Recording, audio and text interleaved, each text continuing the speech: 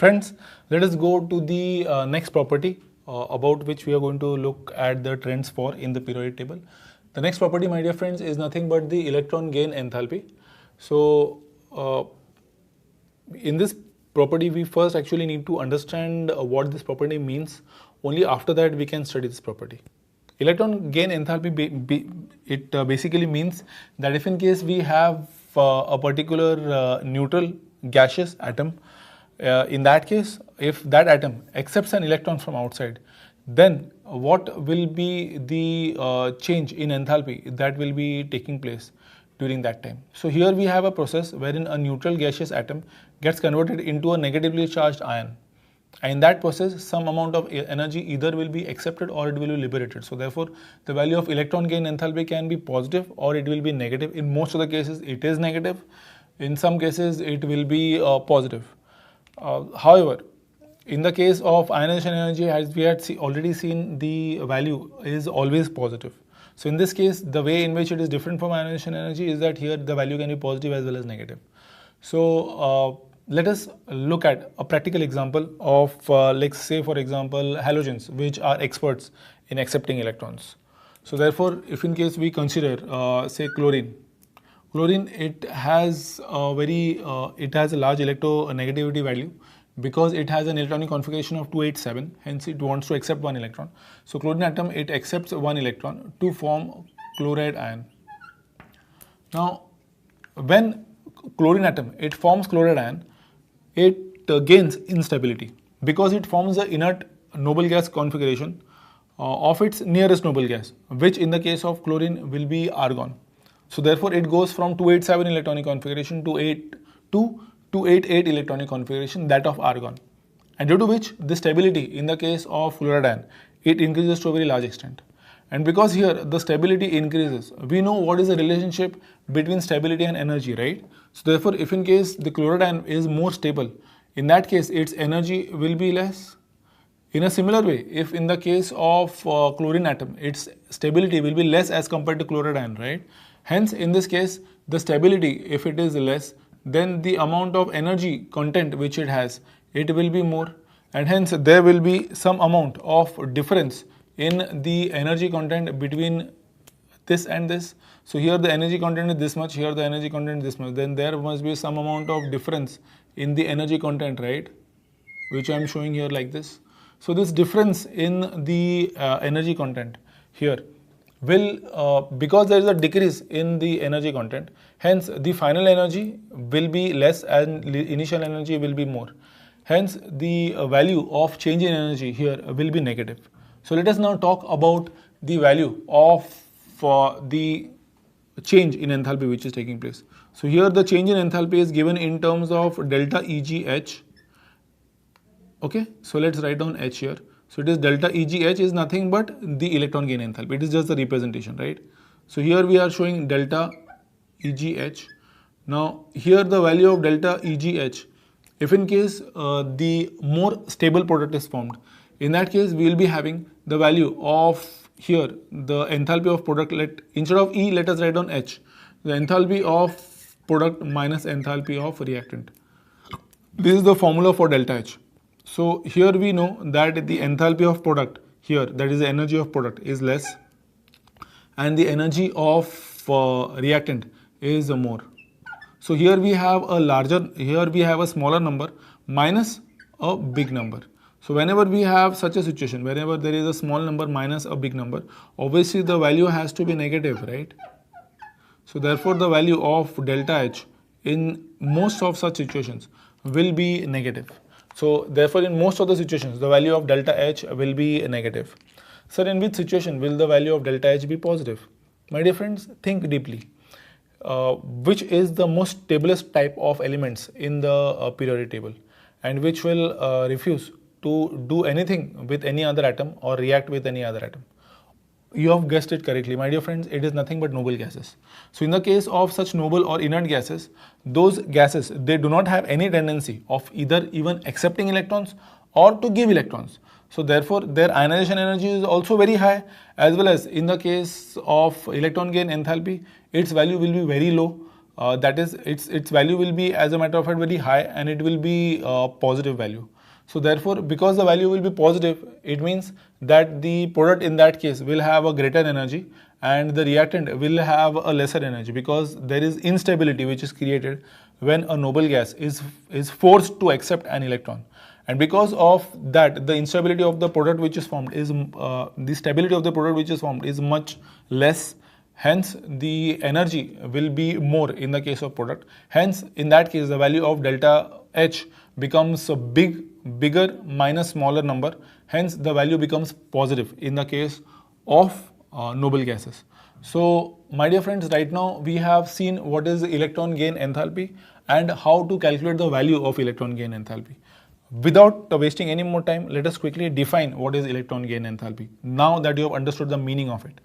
So, electron gain enthalpy is defined as the amount of energy which is has to be either liberated or accepted by a free gaseous atom or ion, by a free gaseous atom when it accepts one electron. So here in this specific case, we don't have a situation wherein an ion accepts an electron. So here compulsorily it has to be an atom which accepts an electron. An ion cannot be accepting electrons in this specific case, because here the requirement is that a neutral atom will be accepting an electron, due to which it will form a -1, a negatively charged ion. So hence you might have observed that from the definition I have removed the term ion.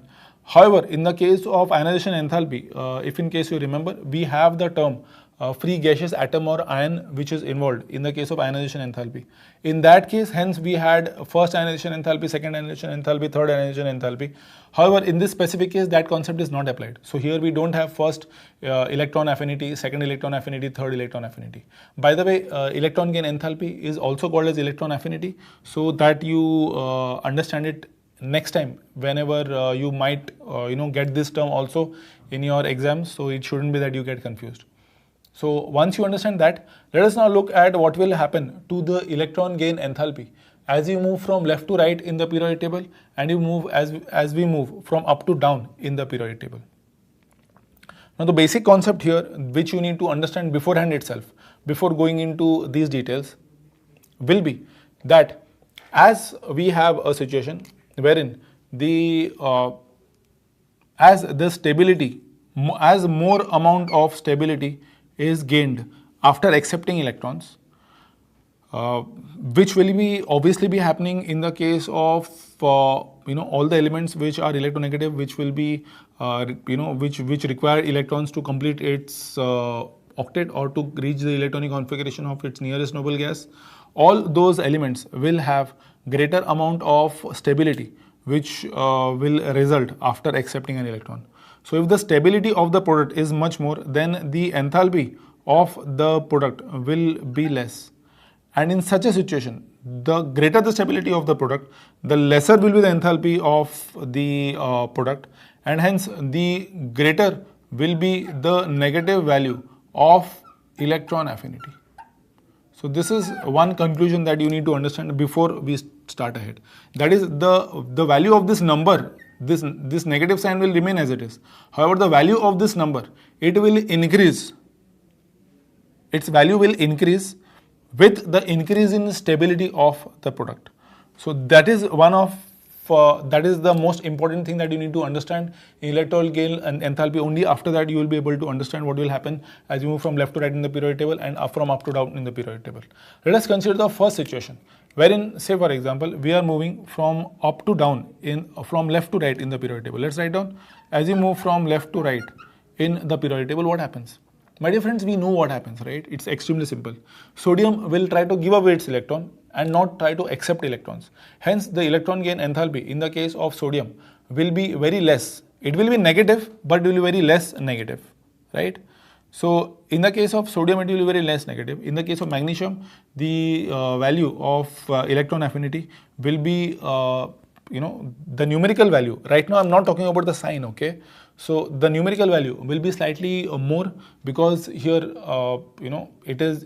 it will have more tendency to accept electron, at least as compared to sodium, right? Again, in the case of aluminum, it will be slightly, the value will be slightly, the numerical value will be slightly more.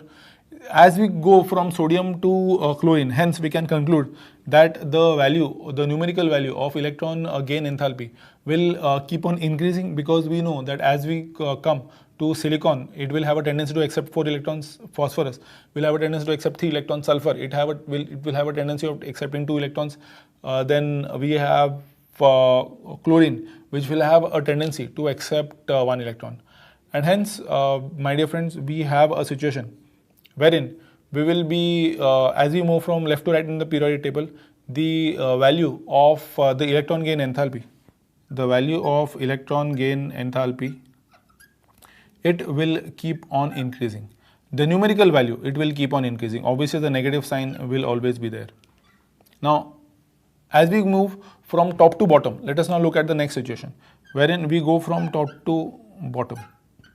So as we go from top to bottom in the periodic table, we have a situation wherein the value of the change in enthalpy will be will actually keep on decreasing, because those elements at the top of the periodic table, those elements will have a situation wherein the electron is much closer to that much closer to the nucleus, right? And because the electrons are much closer to the nucleus will have more power, more ability of accepting and retaining that electron which has been gained. However, as the electrons move away and more away from the nucleus, as you move from top to bottom in the periodic table, in the case of francium, the electron will be accepted in the 7th shell of the periodic table. And because of that, we will be having a situation wherein that electron which is accepted will be very much far away from the nucleus. Hence, there will be very less force of attraction between that electron and the nucleus. Hence, the stability which will be resulting will also be very less. And we know, we have already seen it, that here, because the amount of stability which is gained will be lesser as compared to in the case of elements which are there in the upper part of the periodic table. Therefore, here, because the stability is less, hence the energy, the enthalpy will be lesser, and enthalpy will be slightly greater as compared to those elements which are above it in the periodic table, and hence the value of electron gain enthalpy will remain negative, but its value will be slightly less as compared to those elements above it. Hence, the numerical value of electron gain enthalpy, in conclusion, will decrease as we move from top to bottom in the periodic table. Once we understand, it will decrease as the sign will be negative, but its value will decrease as you move from top to bottom in the periodic table. Let us look at the values here and try to correlate with the results that we have got with the actual values that have been got by carrying out various experiments for all the elements. So in the case of the alkali metals, as you move from the top to bottom in the periodic table, the value of the electron gain enthalpy, it should decrease, right? So as you can see, keep the negative sign as it is, the numerical value, it is decreasing as we move from top to bottom. So therefore, this values, this data, it agrees with us.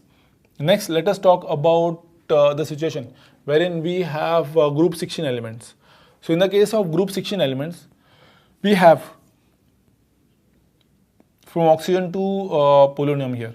So therefore, as we move from top to bottom in the periodic table, in general, the value of the electron gain enthalpy, it will decrease. However, you will find a much more amount of complications or the anomalies here in the case of electron gain enthalpy as compared to in the case of ionization enthalpies. So as you know, this is a perfect example wherein the it agrees, but it doesn't perfectly agree with our conclusions, wherein the value it decreases, but it decreases in a very haphazard way. Finally, we will talk about group 17 elements, the group of halogens. So as in the case of halogens, as you move from top to bottom in the periodic table, what happens is that the value of the electron gain enthalpy, it keeps on decreasing. So even this, in the case of halogens and in the case of alkali metals, both of these, they clearly agree with our conclusion that we have got. Now, once we understand this, we need to answer a few questions. The first question that we need to answer will be in the case of oxygen. Why in the case of oxygen, even though it is lying in the upper part of the periodic table, why will it have lesser amount of electron gain enthalpy as compared to in the case of sulfur? So, the second question that we'll be asking here to ourselves will be, why in the case of fluorine will it have lesser value of electron gain enthalpy as compared to chlorine, even though we know that fluorine is a highly electronegative element. As a matter of fact, the most electronegative element in the entire periodic table, it is desperate for electrons. So if it is desperate for electrons, then after it accepts the electron, the stability which is increased, it has to be huge. The huger is the stability which is gained during this process after accepting an electron. The greater will be the value of the electron gain enthalpy. Therefore, hence, in the case of fluorine, even though we had expected the greater value of electron gain enthalpy, the actual value of electron gain enthalpy is much lesser as compared to that. So therefore, here we need to explain these anomalies which have been observed. The first anomaly that has been observed will be in the case of oxygen when we try to answer this. So see, the answer to both these anomalies is basically the same. That is, both oxygen as well as fluorine, they lie in the second shell. And because they are lying in the second shell, they are present very much closer to the nucleus of the atom. And because they are lying closer to the nucleus of the atom, the size of the shell is very small. And because the size of the shell is very small, there will be huge amount of repulsion between the electrons which are present.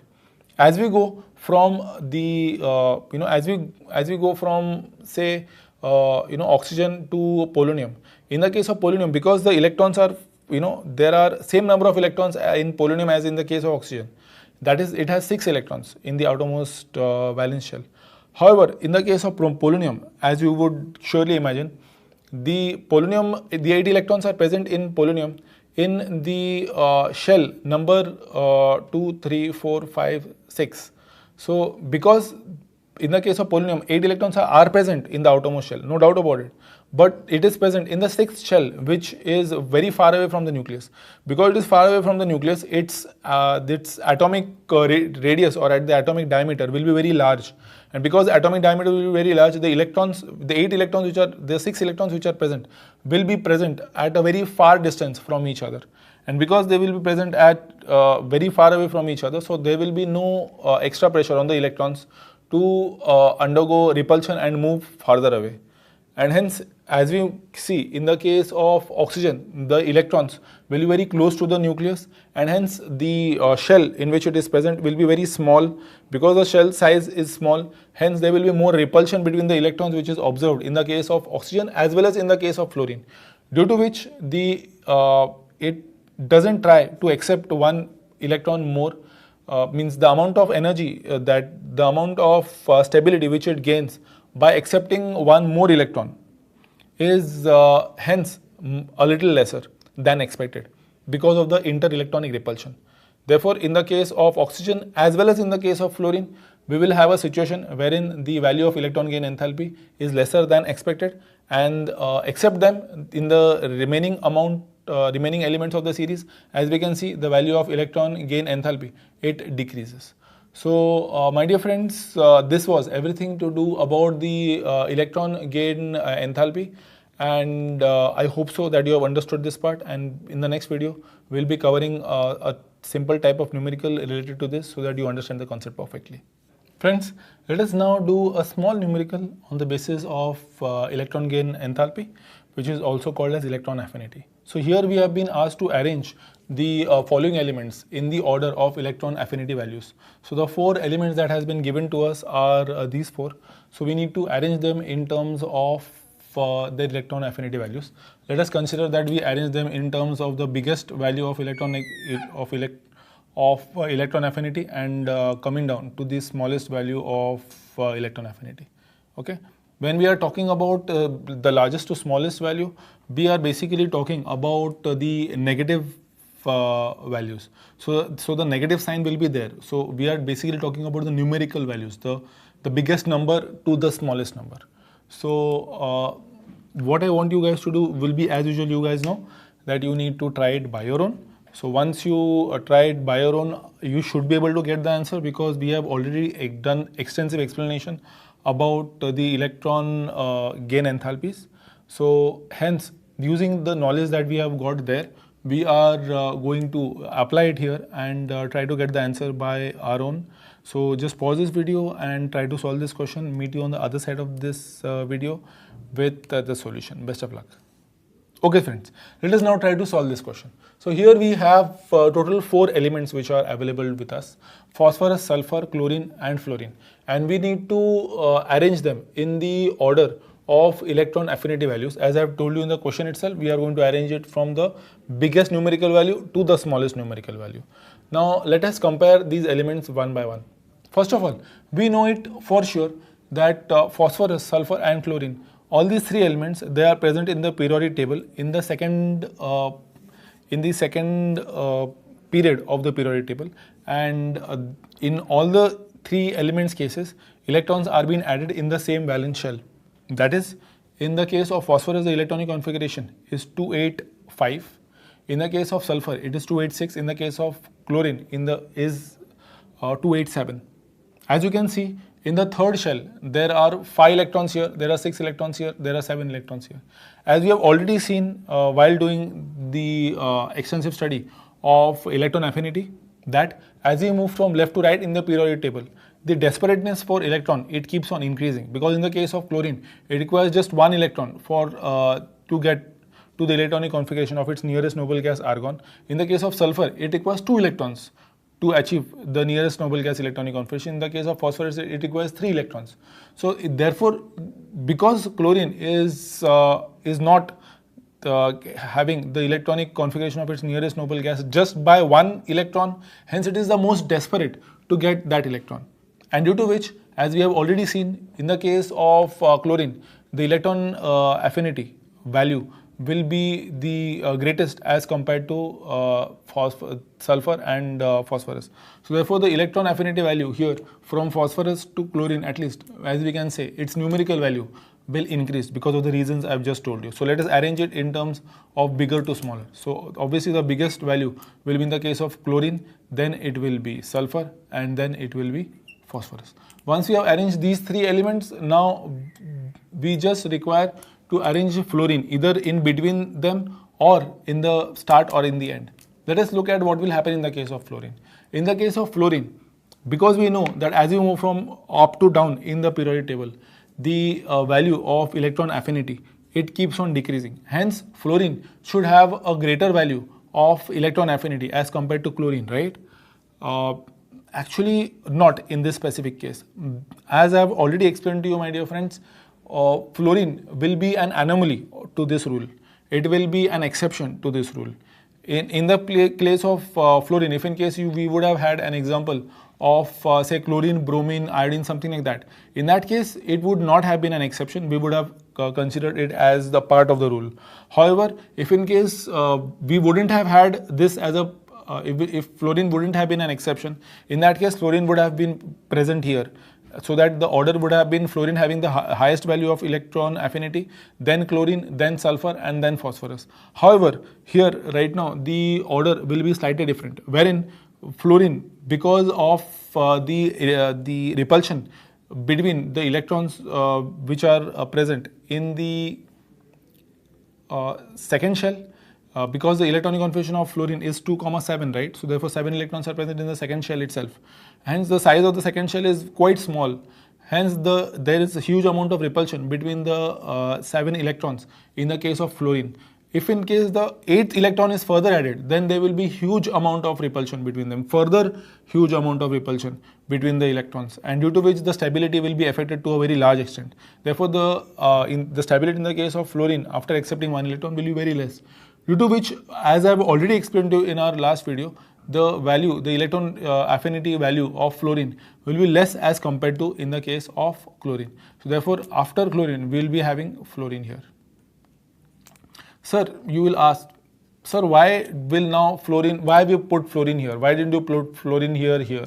Why have you, how can you know that the electron affinity of fluorine will be greater than the electron affinity of sulfur?